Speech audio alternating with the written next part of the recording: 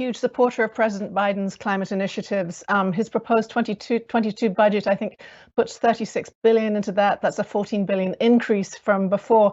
Is there any limit to the amount of taxpayer money we should be pushing into these transformative changes?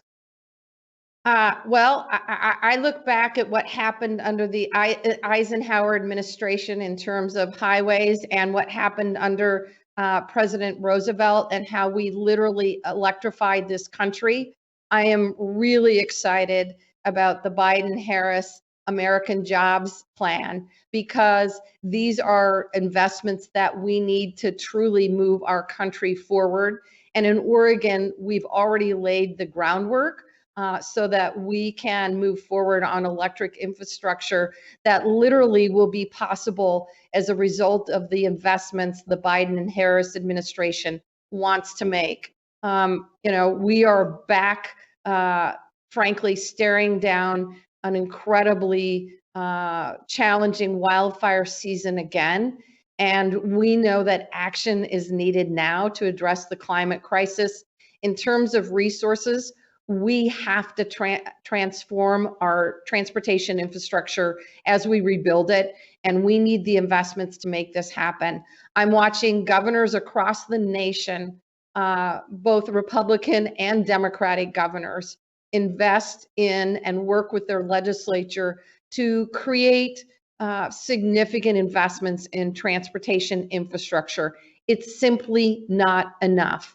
And under President Biden's leadership, Vice President Harris's leadership, I am confident that we will get the additional resources we need to make these transformative investments.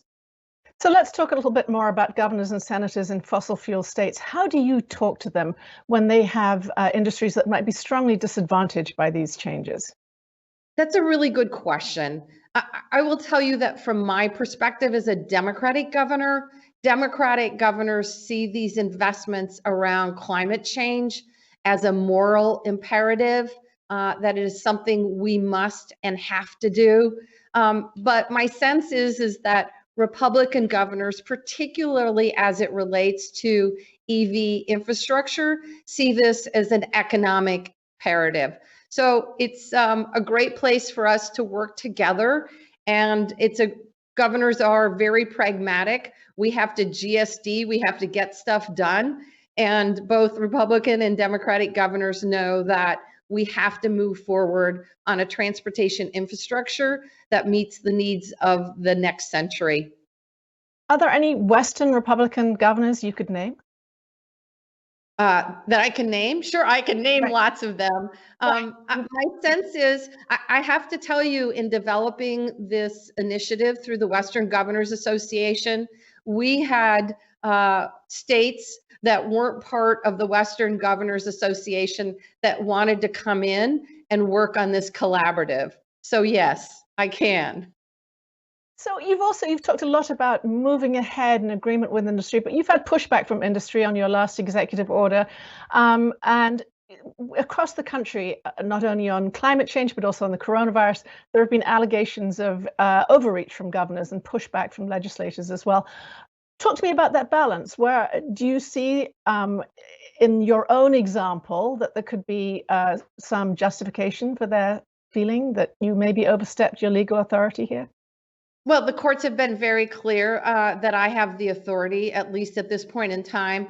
But I would say that the business community that is challenging my legal authority, these are the same businesses that funded the Republican walkout to prevent the legislature from moving forward on our cap and trade legislation. So you can't have it both ways. You can't both fund a Republican walkout that prevents a quorum from happening and the majorities from taking action, and then also say the governor doesn't have the ability to move forward in tackling these issues. So I'm confident that we will continue to be successful in the courts, and businesses know that the majority of Oregon businesses know that this is a moral imperative, and it is also an economic imperative.